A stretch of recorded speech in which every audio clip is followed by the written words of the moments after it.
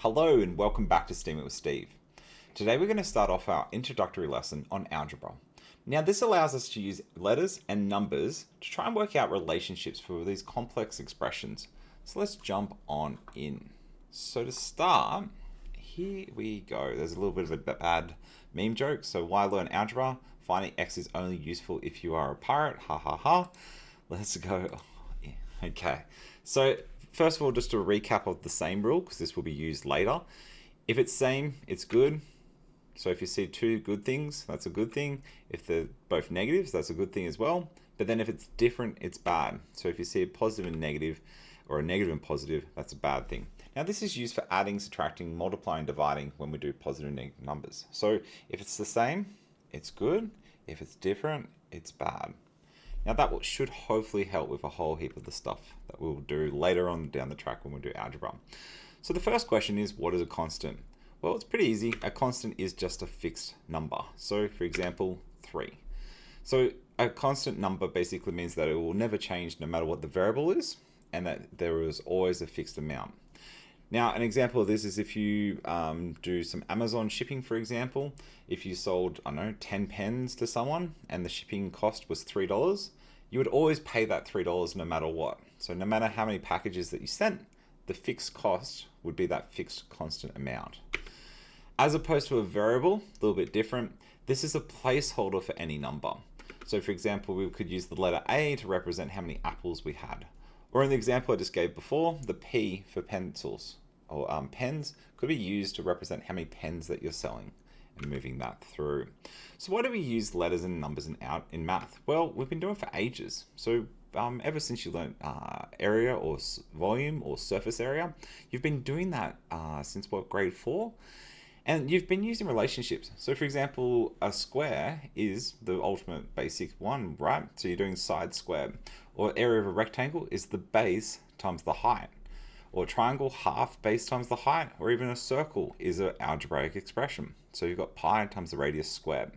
So they allow for us to show a relationship between things in the universe. So as this increases, this increases. So if you increase the size of the width of the rectangle, the area increases each time that you sort of go out from that.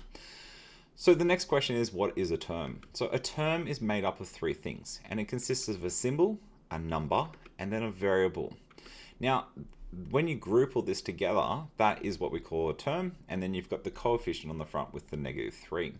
It's very important to break it down to the symbol, the number, and then the variable. So if I read this, I would read it as I don't have 3 apples, for example. Now, a coefficient is part of a term, but it's just the numeric value and the symbol out the front. So if you had -3a, this is what the coefficient is. So whatever's attached to the front. Now, the -3 represents that there isn't 3 of whatever the other variable is. So when you do the symbol and the number combined, that is what represents the coefficient, that front part there. So just pause the video, see if you can have a go at that. Cool, so the first coefficient is just what's in front of the A, so that would be the 4. The next one, it would be -6, and the next one would be 96, next one 128, and then the last one, -562. Notice that the symbol is included in the coefficient. It's very important that you recognize that. So just pause the video, have a go, see if you can do these questions here. Great. So the first one, a variable is a letter that can represent any number. So that's what it is. It's like a plug and play. You can put different values in and get different values out. If we just circle the variables here, we've got the A, we've got the L, and then we've got the W. And then a term, and then the X. And then a term is either a positive or a negative sign that separates. So these are like the building blocks that connect the words as we go through. If we wanted to circle the terms there, you'd have 4x, also +2, then you would have 2x, +3y, and then +10. A constant is then a number, and then that does not change. If we were trying to circle the constants here, it's not the 4, so that's the coefficient to the x, it's the 3. So no matter what x changes to, that 3 would always be consistent. Whereas the coefficient is attached to that x, which is really important we understand the difference. 2a minus 10, the -10, again, is the constant. Coefficient is the number used to multiply by the variable. So in this case, 3.14 is used if you're trying to find the circumference of a circle. So if you times it by pi and d, those two times together gives you the circumference. And then this one you have 4, and then a 10, and then lastly a 2. The last question, pretty easy. Product of 2 and 3 and 2 is 3 times 2, which gives you 6. And if we calculate the product of 5 and 3, that would give you 15. Cool. So the next thing is an expression. So if we look at that, that is what an expression is. So it's a mixture of letters and numbers all lined up together. Notice that there is an equal sign. So if there's an equal sign, that's called what we call an equation. So an expression allows you to describe a relationship with these different variables and constants and trying to work out how they go. We can also then simplify. So if we had the original one, -4 times 3, we can do that because that we can solve the numbers. So -4 times 3 just equals -12, and then a plus 5b, -12a plus 5b. So you can solve the numeric parts and try and group things. Now the reason we do that is it makes it simpler. And by using our times tables and adding and subtracting skills that we've been working on this whole term, that should be a whole heap easier. Next is then multiplying. So instead of saying 5 times a, an easier way that we can say it is just 5a.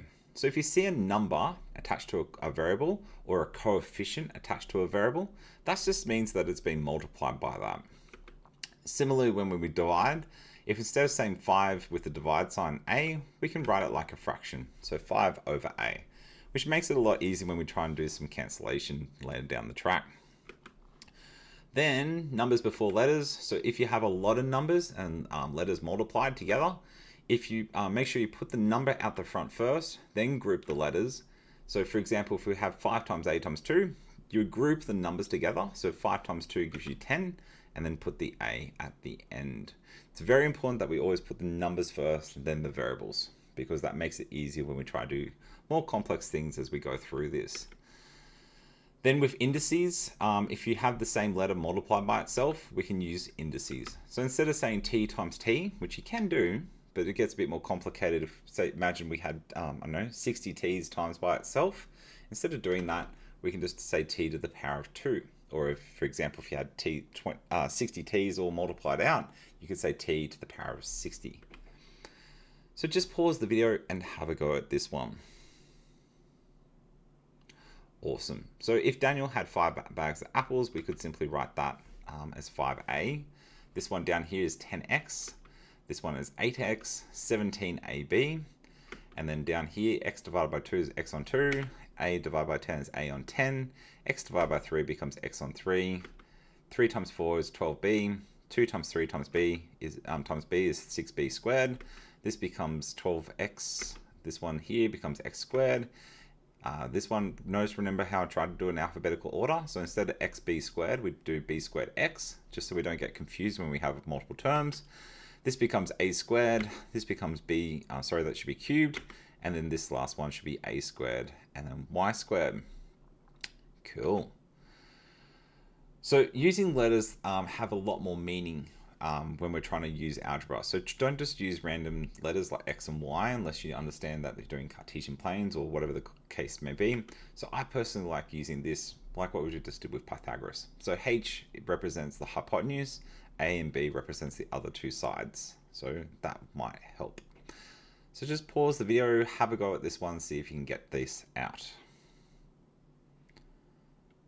Awesome. So the first one, if we want to state how many terms, there'd be 3. So there's a 7a, 2b, and c. Next one is 3. Next one is 2. And then the last one there is 4. For each of the following expressions, state the coefficient of b. So this one here is 2. Next one is 1. So if it doesn't say anything, that means there's one lot of it. Next one down here is 9, and then this guy over here is -2. If we were to write these expressions without any multiplying signs, hopefully we remembered that if you just write the number next to the variable as a coefficient, that represents this. So that's why that one there is 2x. 5 times p becomes 5p. 8 times ab becomes 8ab. That becomes 6a, 28f, 10ab. Then if we're trying to simplify these expressions, same thing as before. So we get 36a, 63d, 8e. And the last one, we just write them as fractions. X on 5, z on 2, and then a divided by 12. Cool. So that's pretty much it for me. This was just a quick little introductory lesson. And yeah, hopefully you've picked up the differences then between letters and numbers when we're dealing with these algebraic expressions. So hopefully you've enjoyed that. If you did, give us a like and subscribe down below as it does help with that YouTube algorithm. And yeah, that's it from me. See you next time on Steaming with Steve. Adios.